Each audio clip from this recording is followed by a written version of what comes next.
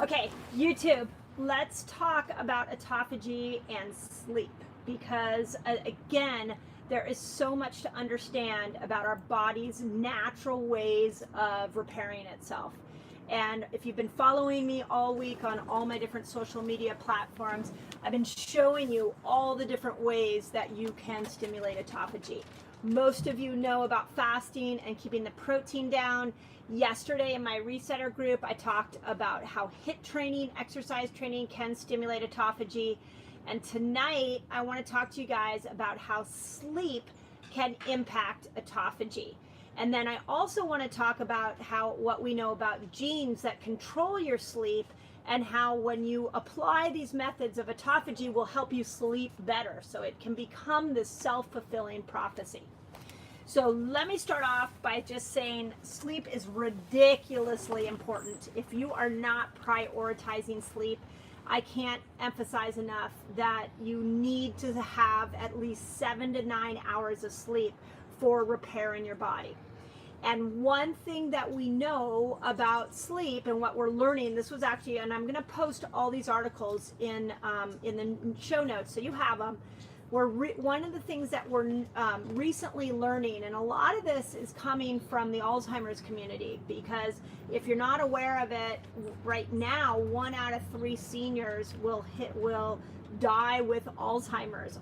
And they're believing that pretty soon, over the next several decades, everyone's going to have Alzheimer's towards the end of their life, Alzheimer's or dementia. And one of the things they've realized is how important sleep is to repair the brain, specifically the hippocampus. The hippocampus is the root of where Alzheimer's begins. Hippocampus controls mood and it controls memory. So if you are like, well, I don't have Alzheimer's genes, I did the 23andMe and I'm not going to get Alzheimer's, that still is the part of the brain that will control your mood and your memory. And it has a self-cleaning system within the hippocampus itself. So really cool article, April 2016, that shows that there is a rhythm of autophagy that naturally happens when we sleep. So meaning that you're going to go through different phases of autophagy for your brain when you sleep. You don't even need to fast, you're just going to sleep. But that rhythm is interrupted if you have fragmented sleep.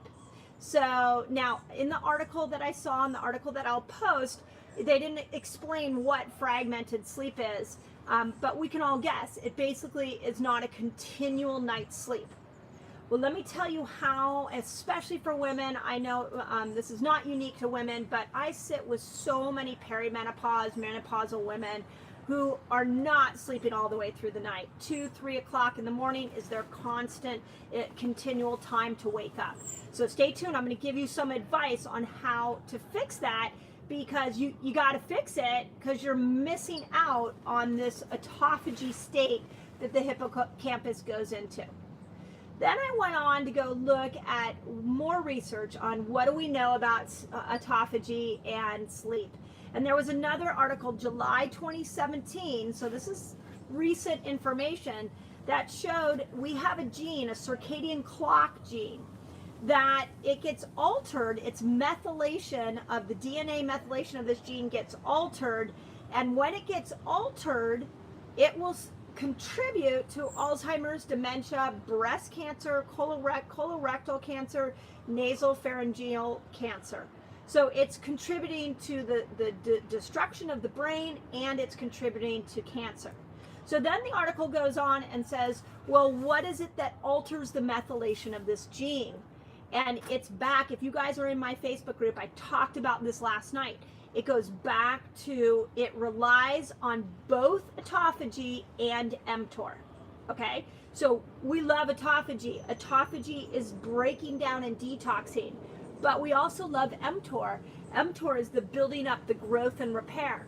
And the key here is to have this balance between autophagy and mTOR, which is why I'm such a fan of diet variation. You've got to have diet variation. You've got to have your high protein days, your low protein days. So those of you that have been doing OMAD or keto or fasting forever and you're just staying in one lane and you're keeping carbs down, you're keeping protein down, it is time to start to stimulate mTOR. You want to start to have some high protein days. Those of you who are new to all of this, most people are eating too much protein. I recommend to well, it's not even my recommendation to stimulate autophagy.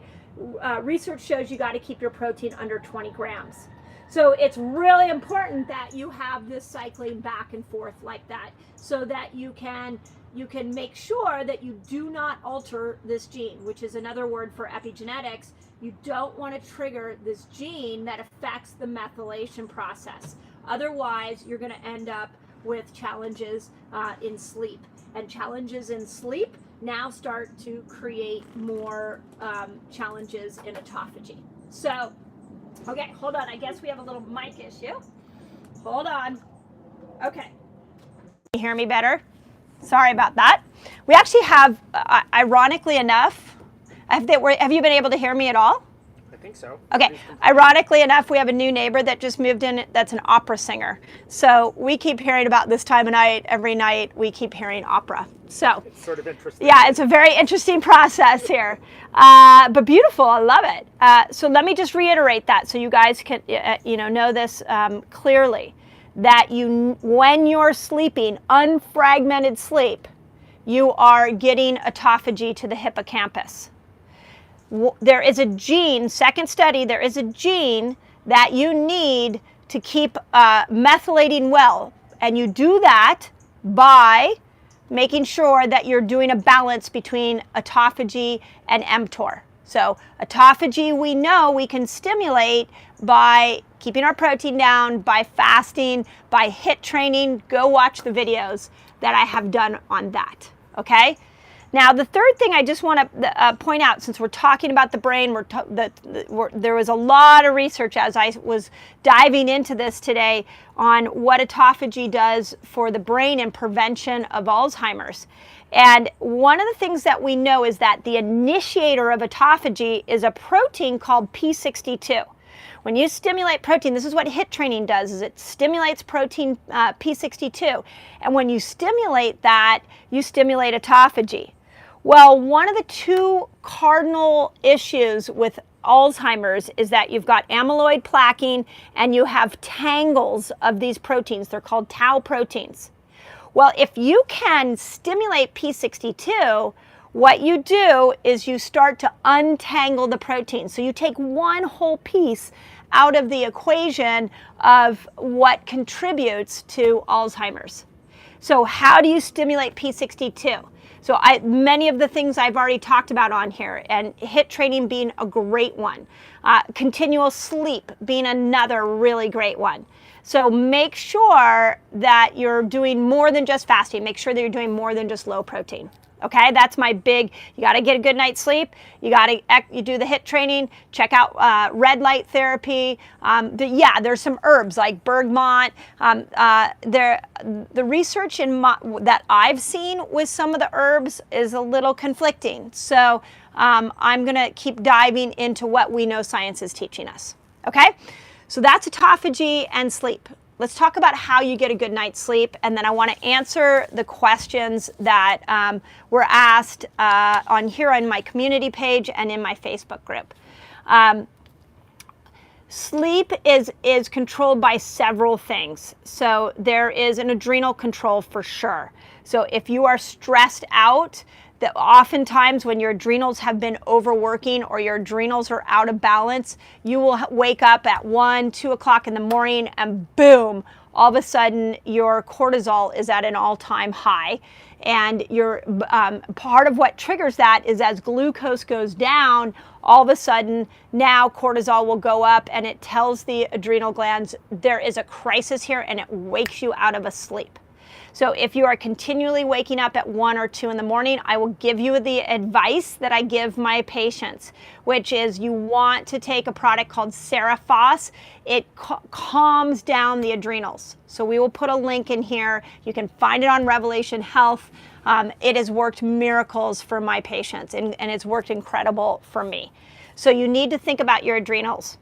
The other thing you want to think about with sleep is if you are stuck in fight or flight from some type of crisis in your life, or you're overscheduled, overdoing it, then you are stuck in what we call sympathetic dominance. We have a nervous system that should take us from parasympathetic to sympathetic, just like autophagy and mTOR. These are cycling, right? So we want to be able to make sure that you're not stuck in sympathetic dominance all the time. We want to make sure that you're improving parasympathetic dominance.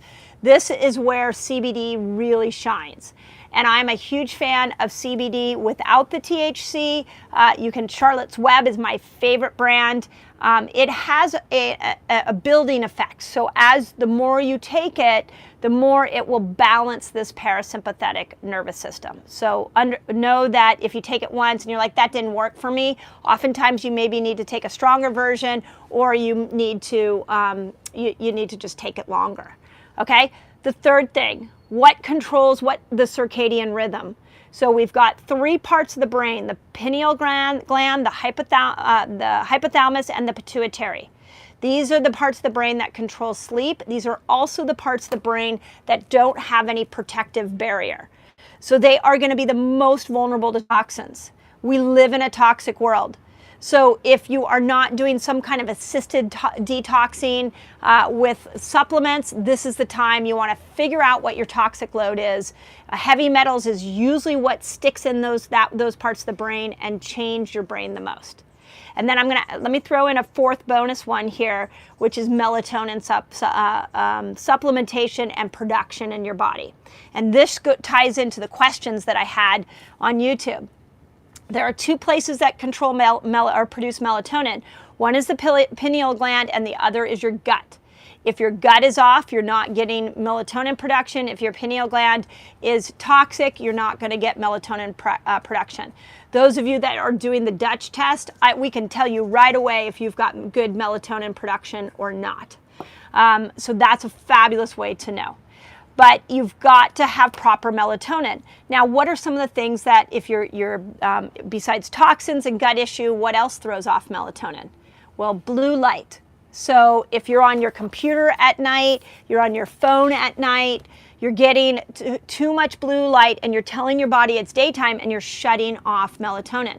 There is a lot of belief right now. This is one of the things that's contributing to Alzheimer's, is because people are on their devices at night, and so all that blue light shuts down the melatonin production. So I'll do a whole, if you guys want, I'll do a whole video on sleep. You know I like to create checklists. Tomorrow on my channel, I'm putting out a video on PCOS and giving you checklists for that. If there are more conditions you want to have checklist out, then just put it on there.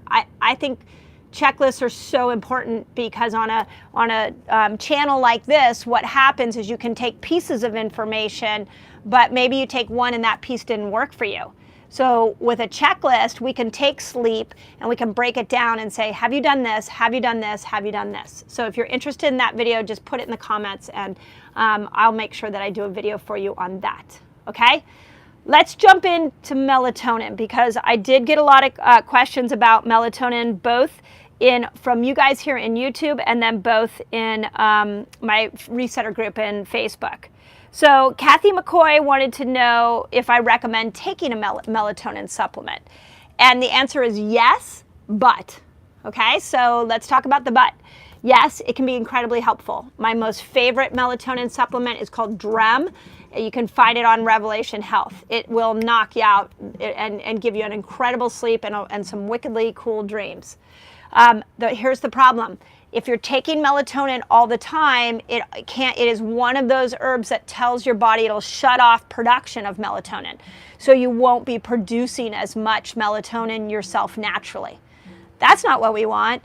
You can use it as a temporary crutch, but I don't want to see you doing it day after day after day for months and months and months. So that would be my one recommendation. And what else did she say? Yep, that was her main question. Okay. Somebody else. Oh, in Facebook, Jill Day, you asked me that your sleep is a little wonky before your cycle, so you take melatonin then. That's a perfect time to do it. If your sleep is off right before your cycle, throw in some melatonin that week. Once your cycle starts, then I would, and then, you know, you can get rid of the melatonin and see how that works. Okay, let me go to a couple questions and then I'll open it up for you guys who are watching this live. So, refeeding syndrome. So somebody asked about what happens when they're great at fasting, but when they go to refeed, they're struggling. This is where you want to know what's in your gut. You want to do like a gut zoomer test, because maybe there's a pathogen in there that is throwing your whole microbiome off, that's causing you to have a leaky gut.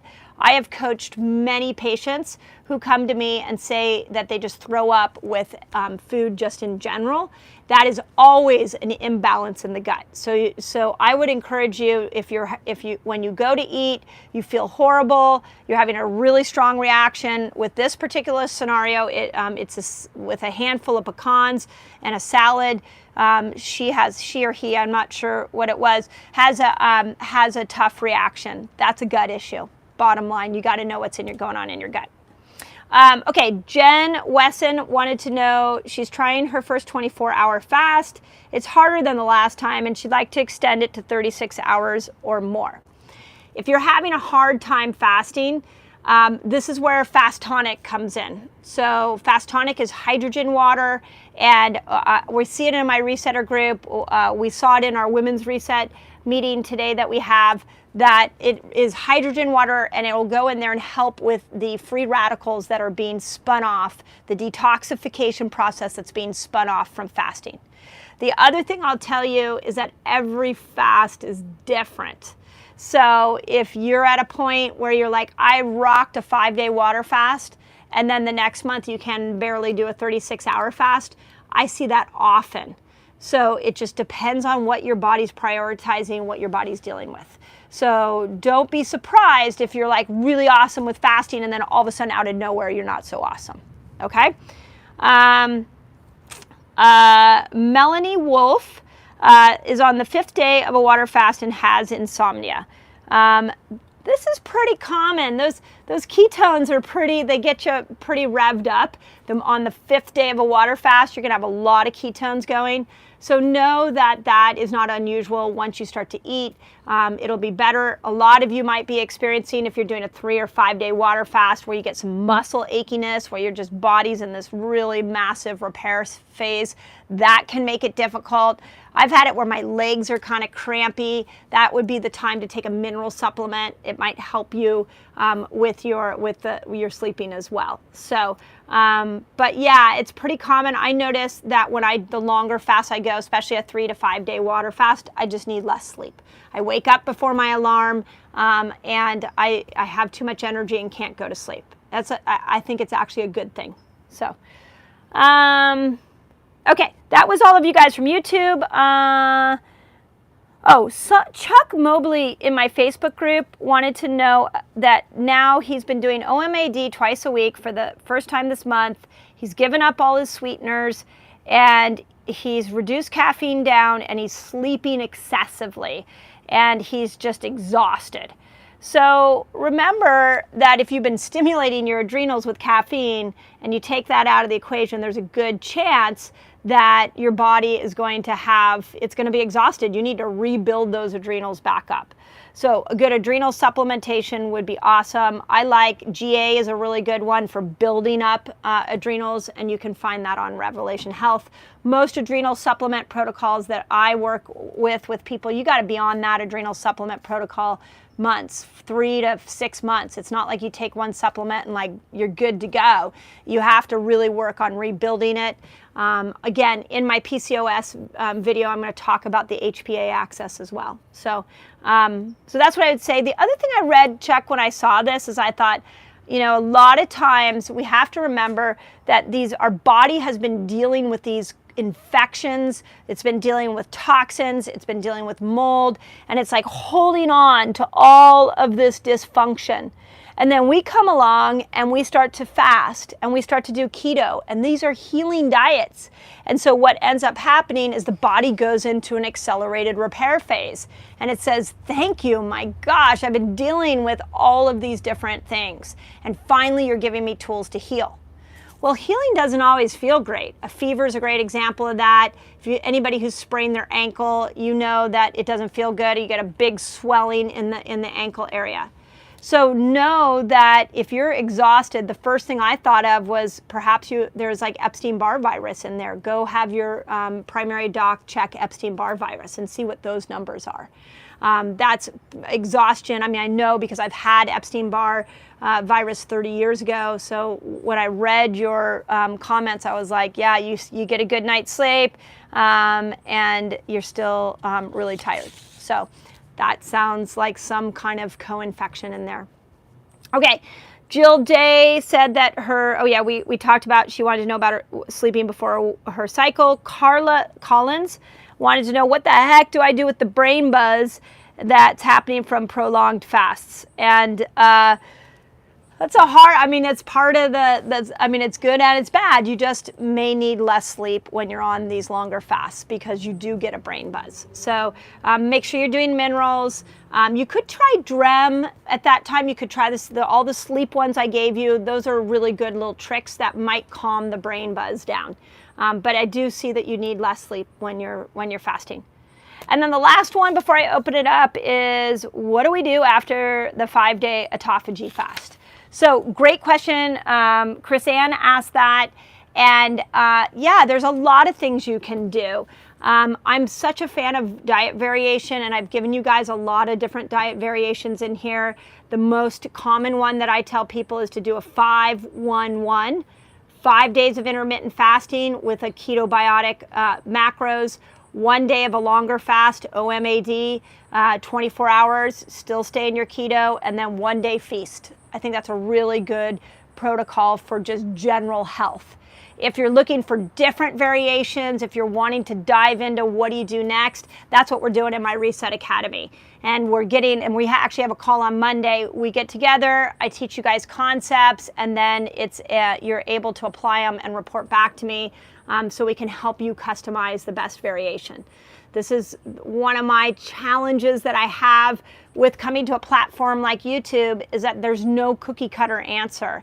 So I created the Academy to be able to help people customize these pieces of information with more precision and with more effectiveness. So, okay, with that, what questions do we have? First question, does intermittent fasting increase cholesterol? Does intermittent fasting increase cholesterol? Never seen it. I'm going to go, I've been asked about cholesterol a lot. I'm going to go to what causes cholesterol to go up. Too many carbs, a congested liver, your microbiome in your gut is off. Those are the 3 major things you need to look at. Okay. And the study that was the big study that was done in Denmark on 1,400 people measuring labs during intermittent fasting, no cholesterol increase. Yeah, so there's a study on 1,400 people in Denmark were studied during intermittent fasting, and there was no increase in cholesterol. That's a pretty good study. So not sure where you're getting it from. We'll post that study in here. So. This is a specific sort of question. Do you know anything about the amyloid protein? Yeah, amyloid plaquing. He says protein, but maybe it's plaquing. I'm not sure. Okay, so if you're talking about amyloid plaquing, like in Alzheimer's, that's the whole first part of this was about that. So, otherwise, you would have to give me more information and specifically what you're wanting to know. So, what is MTOR?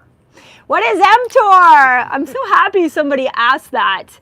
So just like autophagy is a process in the cell, MTOR is a process in the cell. So autophagy will break down the bad parts of the cell. MTOR will grow the good parts of the cell. So they're like Batman and Robin, like they work together with each other. You stimulate MTOR by increasing your protein. You stimulate autophagy by decreasing your protein. So you can't stimulate them both at the same time. They're always doing this. So this is when I say MTOR, I want you guys cycling between the protein and the autophagy. That's the most simple way. And if you want more information on MTOR, let me know in the comments and I'll do a whole video on MTOR. So. Okay. So do you alternate low and high protein? You just Yes, went over that. yes. Yeah, and so I think the most common question now is, well, how often do you alternate high and low protein? And that's really up to you and what you want to do. With my athletes that I coach, definitely, we throw in some real high protein pre and post workout. So definitely with athletes. If you're like like what I've noticed over the years as I approach my 50th year, that I got to fight for muscle a whole lot more than I used to 10 years ago, then I'm doing a little more MTOR work to make sure that I build muscle. So if you're losing muscle, it's a good one to do. But you don't want to do it all the time. What most people are doing is too much protein, and it's causing too much stimulation of mTOR, and mTOR will cause cells to grow and die. So it speeds up the cell life, whereas autophagy will pull the toxins out and cause the cell life to be elongated. So you don't want to do it too much, but in this balance is phenomenal. Good question here. This person does a 3-day water fast every month, and they break it after about 85 hours. What do you think about doing that once a month? Yeah, I think it's okay. 3-day water fast once a month. There's, if you look at Walter Longo's research, he did 3-day water fast with cancer patients, and some of the cancer patients I've coached, we will have them doing a lot of 3-day water fasts. So. As long as it's working for you, your numbers are great, you're feeling good, your hair isn't falling out, I don't see a problem with it. Okay. Someone's waiting for your PCOS video. Tomorrow. I'm excited. You talked a lot about sleeping better. I'm not going to cover any more of the sleeping ones. Yeah, go back and watch the beginning, and I will do, especially since my mic was out at the beginning, but I will definitely do a checklist for sleep. So we'll go through, check this, check this, check this, so stay tuned. I will do that for you guys and make sure it gets on my YouTube channel.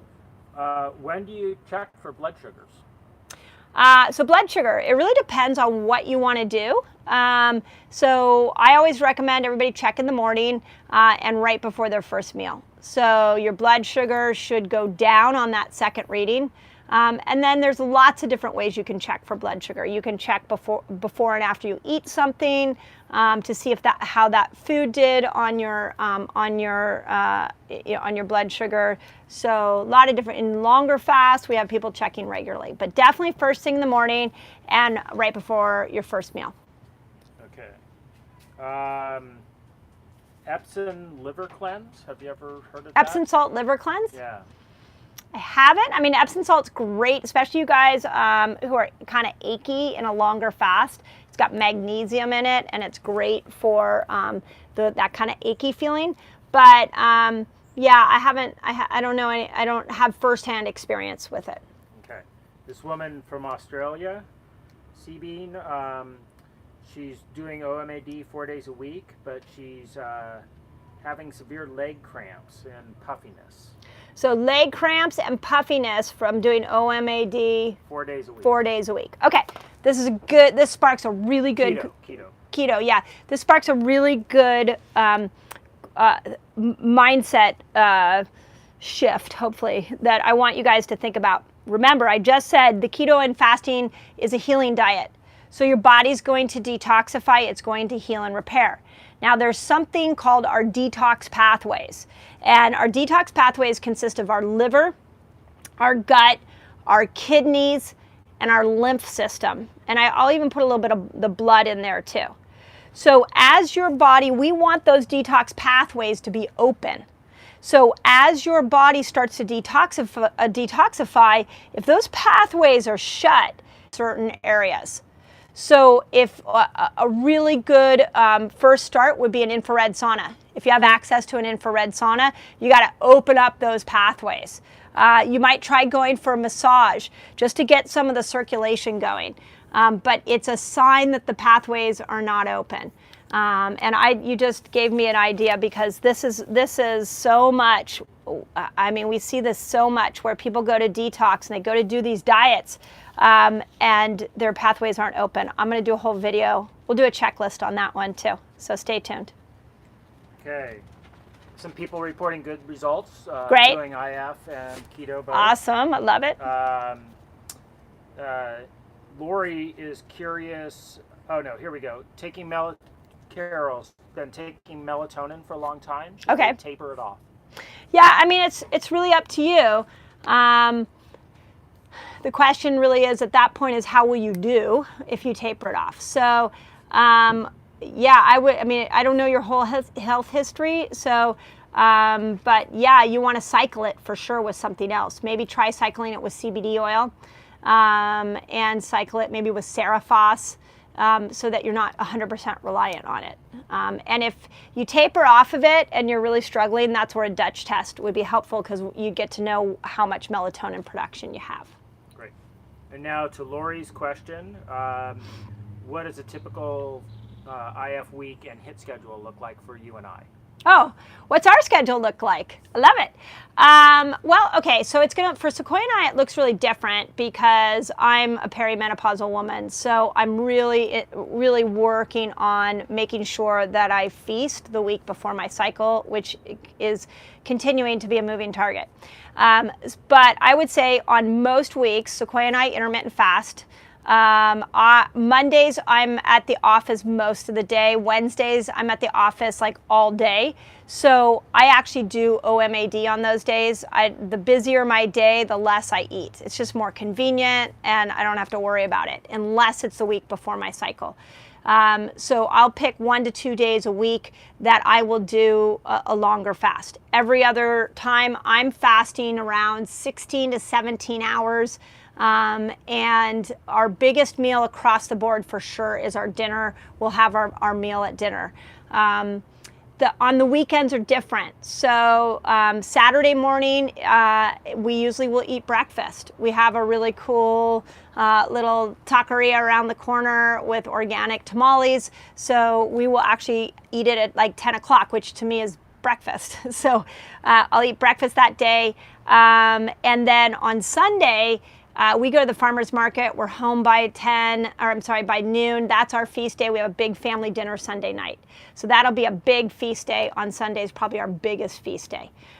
So the way I look at it, Monday through Friday, much more regimented.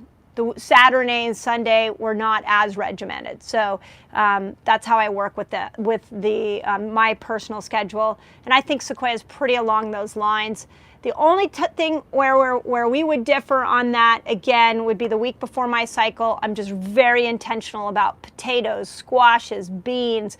I kind of force myself to do less fasting, and that's made a big difference on my PMS symptoms, as many of you are experiencing. HIIT training. So I do exercise variation. I do yoga 1 to 2 times a week. I do HIIT training 2 to 3 times a week, and then I'll go for a long run. So I like the efficiency of HIIT training, but I also like the peacefulness of yoga. So I kind of mix it up. And we've been doing, and this is another, maybe we'll come and do a video on this. Both Sequoia and I are athletes, and I'll just put very nicely, we're aging athletes. And we have imbalances in our muscle structure we've noticed over the years. So he and I have both really been focused lately on balancing our muscles. So a lot of aging athletes have overused like their quads, but their hamstrings are totally turned off. So he's been doing it more than me, but we've been doing some Pilates and really working on balancing gyrotonics, really working on balancing muscles more. And my favorite HIIT training is the original one, which is soccer. Yeah, Sequoia's favorite HIIT training is soccer. And I would agree it's a HIIT training. Yes, he's calling it the original one. I'm not sure about that, but we'll give it some credit for sure. So other sports are similar. Basketball would have basketball. Oh my gosh, if you just look at it, and I think you guys have probably realized this, but look at a marathon runner. They just run like straight at the same pace. Well, they're like emaciated, right? There's no muscle tone. They're really emaciated. Look at a bodybuilder. There's not as much cardio. They're doing a lot of just heavy lifting. Well, they're really bulky. Well, if you look at like a soccer player or you look at like a basketball player, they are the true HIIT people. That's a HIIT. You're on, you're stop and go. and look at their body types. That's what it reflects. So, Okay. because this comes up, but hair loss, the first thing you want to do is make sure you're not insulin resistant. So you're probably already doing that, which most people, the second part of that, and this is going to sound kind of counter to what I just said, if you've been doing too much fasting, you need to vary it. Because you're too much autophagy, you're pulling too many minerals out of your body. So if somebody comes to me and they have hair loss and they're not doing keto and fasting, my first thing is let's get you out of insulin resistance. If somebody comes to me and they're like, my hair is falling out, I've been doing keto and fasting to the T, then I go, yeah, we got a problem. We've got to vary that more, and we've got to add back in minerals. If that doesn't help, then you've really got to start to look at heavy metals. It is a mineral issue, and the heavy metals will occupy the receptor sites for minerals. So you can take a mineral supplement, and if you're taking a mineral supplement and taking a mineral supplement, or you can add salt and your hair is still falling out, you got to pull out that heavy metal out of the magnesium, the zinc, the potassium, the chloride. You got to pull it out of that receptor site so that the mineral can actually get into the cell and work. So that would be, and then the other thing I would say is think about this balance that we're talking about, because that's really important as well. Good question. And I'll do a checklist for you. Okay. I'm trying to get back to my questions. Okay. Couple more. Okay.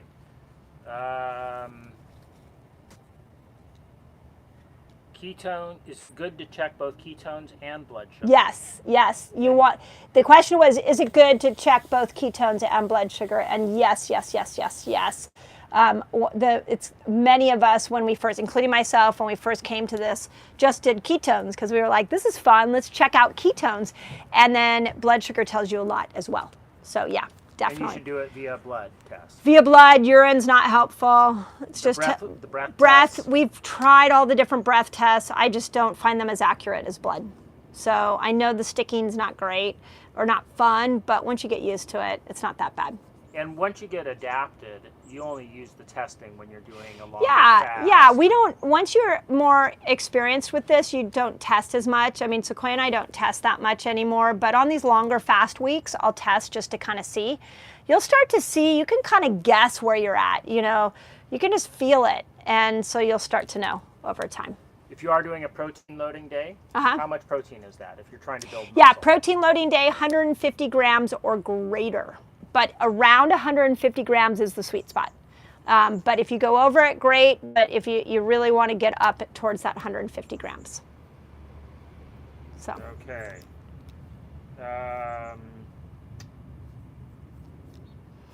Older person just having a challenge getting rid of their stomach. Get the internet.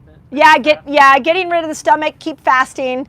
Insulin resistance, cortisol, especially that belly fat, that's cortisol. So keep fasting. That'll help the insulin resistance.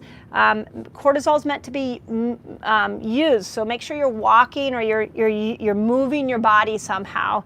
Estrogen can be stuck in there. I don't know if man or women, toxic estrogen can be stuck in that fat. So knowing it, like a Dutch test could be really helpful, because that would tell you, we do Dutch tests on men all the time. That could tell you cortisol plus your melatonin, and it'll tell you the estrogen, the toxic estrogen amounts. So you just did one on a teenage boy, right? Yeah, we just did a cortisol or a Dutch test on a teenage boy. Super interesting because anxiety was his issue. So it tells you if you have the precursors for dopamine and norepinephrine, serotonin, things that make you happy. It also showed us that his adrenals were really off. So testosterone was low. So it's really a powerful test. It's one of my favorite. Okay. And the timing of the tests again, like within an hour of when you wake up? Blood sugar? Yeah, and ketone. Yeah, I like to test when I first get up. There is something called the dawn effect that can happen where your liver will dump sugar in the middle of the night. You get up, you have this really high blood sugar, and then if you test an hour later, it's much lower. So if that's you, if you keep testing in the morning and you're like, bummer, like I'm so high, then test an hour later and see where you're at, because you might be surprised. That might just be your body, your liver releasing glucose at night. Okay. More stuff on hair loss and which minerals, it depends, right? Yeah. Hair loss. I think I need to do a video just on hair loss. That's what I learned tonight. Just on sleep, just on hair loss, and educate you all on MTOR. Itchy skin during fasting. Yeah, Candida die-off, probably, most likely. 24-hour fasts will stimulate intestinal stem cells, so then the gut goes into repair, and it'll start to push out pathogens through the skin. Itchy is always Candida. Okay. Tom had, what do you recommend to test? I'm not sure what he's asking, so okay. I don't know how to respond to that. And yeah, yes on the hair loss videos. Awesome. Yeah. Yeah, if there's other videos you guys want me to do, I really think in checklists. I think in, okay, here's the root cause. Okay, here are all the things that we could go after. So I'll start doing more checklist videos for you. Like I said, tomorrow the PCOS checklist video will come out, because it's sometimes you need to do one thing and sometimes you need to do 5 or 6 things. Remember, we've been all raised in a healthcare system that says you have one symptom, one diagnosis, one pill. So then when we decide we want to come to the natural care system, or we want to do things more naturally, we take that same paradigm with us. And that's not great. That's not it. When you're trying to bring health back, when you're trying to get the intelligence of the body to be stimulated, you many times need to apply more than one thing. So I'll start creating these checklists. If you want a checklist for something, just put in there whatever it is. If it's belly fat checklist, I'll put it, whatever it is. We'll start a little checklist playlist here for you guys, so that you can really take your health into your own hands. And I applaud you for even being here and learning.